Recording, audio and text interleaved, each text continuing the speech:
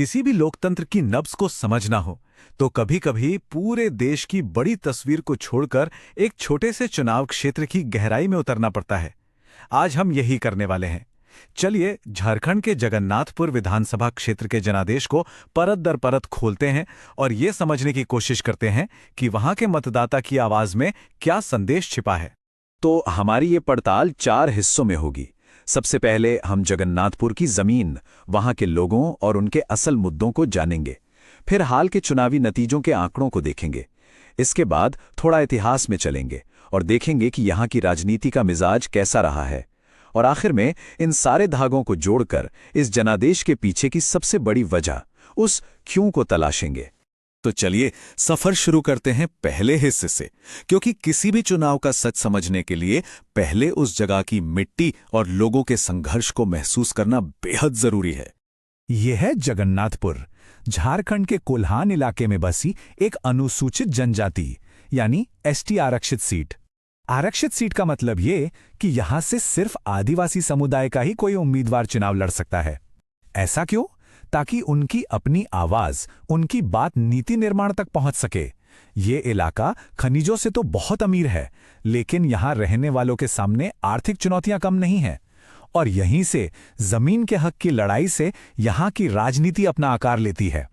देखिए, यहाँ के लोगों के लिए राजनीतिक बहस का मतलब बड़ी बड़ी विचारधाराएं नहीं, बल्कि रोजमर्रा की जिंदगी से जुड़ी जरूरतें हैं। खेती किसानी का संकट, नौजवानों का काम के लिए बाहर जाना, टूटी फूटी सड़कें और बिजली का आना जाना, ये वो असल मुद्दे हैं जो यहाँ वोट का रुख तय करते हैं।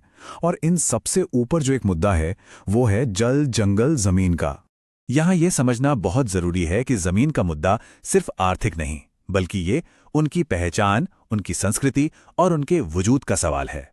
आदिवासी समुदायों के लिए जमीन कोई बेचने खरीदने की चीज नहीं, वो उनकी पहचान है, उनकी विरासत है, उनके पुरखों की निशानी है। इसीलिए भूमि अधिकारों से जुड़ा कोई भी मुद्दा यहाँ की राजनीति की सबसे संवेदनशील नब्ज बन जाता है। हमारे संविधान की बुनियाद भी हर नागरिक को सम्मान और अपनी बात रखने का अधिकार देती है, और यहाँ ये अधिकार जमीन से ही जुड़ा है। तो इन सब मुद्दों के बीच 2024 के विधानसभा चुनाव में जगन्नाथपुर की जनता ने आखिर अपना फैसला कैसे सुनाया? चलिए अब सीधे आंकड़ों पर चलते हैं। सबसे पहले इस नंबर को देखिए, 70.26%। ये है यहाँ का वोटर टर्नआउट, जो पिछले चुनाव से भी ज्यादा है। ये आंकड़ा अपने आप में एक कहानी कहता है। ये बताता है कि यहाँ के लोग अपने मुद्दों को लेकर कितने सजग हैं और बदलाव के लिए वोट की ताकत का इस्तेमाल करने को तैयार हैं। और नतीजे ये रहे। इंडियन नेशनल कांग्रेस के 16 राम सिंकू को मिले 57,065 वोट।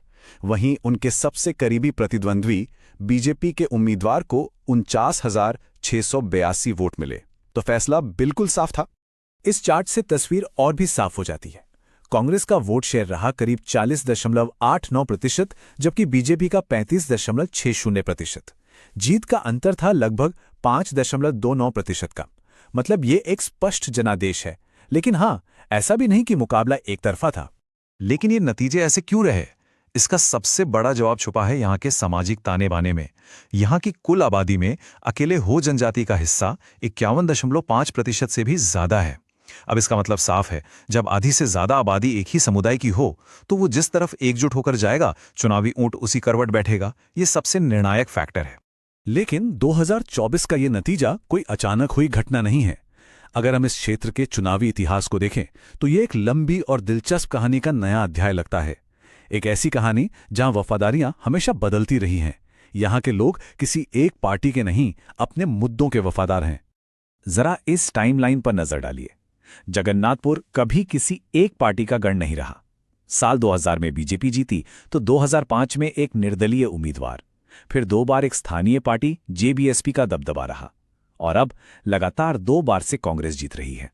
ये पैटर्न साफ दिखाता है कि यहाँ के वोटर किसी एक पार्टी से बंधकर नहीं रहते। तो इस बदलते हुए पैटर्न से हम क्या समझते हैं? हम ये समझते हैं कि यहाँ के मतदाता पार्टी के झंडे या उसके राष्ट्रीय एजेंडे से ज्यादा उम्मीदवार के जमीनी कनेक्शन को तवज्जो देते हैं। जो नेता उनके मुद्दों की आवाज बनेगा, जो उनकी चिंताओं के साथ खड़ा दिखेगा, जीत का सेहरा उसी के सर बंधेगा। अब हम आते हैं अपने अंतिम और सबसे अहम हिस्से पर। अब तक हमने जो कुछ भी देखा उन सारे आंकड़ों और तथ्यों को जोड़कर ये समझते हैं कि 2024 के इन नतीजों के पीछे की असली वजह आखिर थी क्या। देखिए, हर चुनाव क्षेत्र एक खास तरह के नेता को चुनता है, एक आर्केटाइप को। विजेता उम्मीदवार सोनाराम सिंकू इस प्रोफाइल में बिल्कुल फिट बैठते हैं। उनकी छवि एक जमीनी आदिवासी पैरोकार की है। मतलब एक ऐसा नेता जो जमीन से जुड़ा हो, जिसकी जड़ें अपनी कम्युनिटी में गहरी हों, जो आदिवासियों के हक की बात करता हो और जिसे लोग अपना समझें। इस पूरे चुनाव को दो बड़ी ताकतों ने मिलकर शक्ल दी। पहली, आदिवासी वोटों का एक साथ आना, खासतौर पर 51% से ज्यादा आबादी वाले हो समुदाय का। और दूसरी, उस राजनीति के खिलाफ एक तरह का गुस्सा, जिससे लोगों को अपने स्थानीय हितों और सबसे बढ़कर अपनी जमीन के अधिकारों पर कोई खतरा महसूस हुआ। तो जगन्नाथपुर में जीत का फॉर्मूला क्या है? ये साफ तौर पर 3 कदमों में दिखाई देता है। पहला, अपने मुख्य आदिवासी वोट बैंक को एकजुट करना। दूसरा, सड़क, बिजली जैसी बुनियादी समस्याओं का हल निकालना। और तीसरा, और शायद सबसे जरूरी, खुद को जल, जंगल, जमीन के सच्चे रक्षक के तौर पर स्थापित करना। ये भरोसे का रिश्ता बनाना किसी भी नेता के लिए सबसे अहम है, और ये नागरिकों की निजता और सहमति का सम्मान करने जैसा ही है, जो सुशासन की नींव है। तो आखिर में हम ये कह सकते हैं कि 2024 का ये फैसला सिर्फ एक व्यक्ति को चुनने के लिए नहीं था। ये तो अपनी पहचान, अपने विकास और अपने हक को लेकर सालों से पूछे जा रहे सवालों पर जनता का दिया हुआ एक स्पष्ट जवाब था।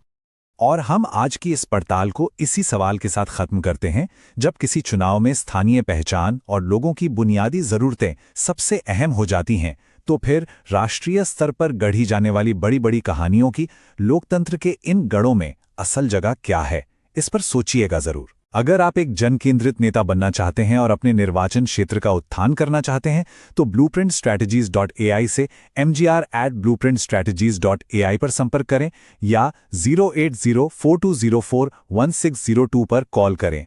राजनीति से परे एक उद्देश्य।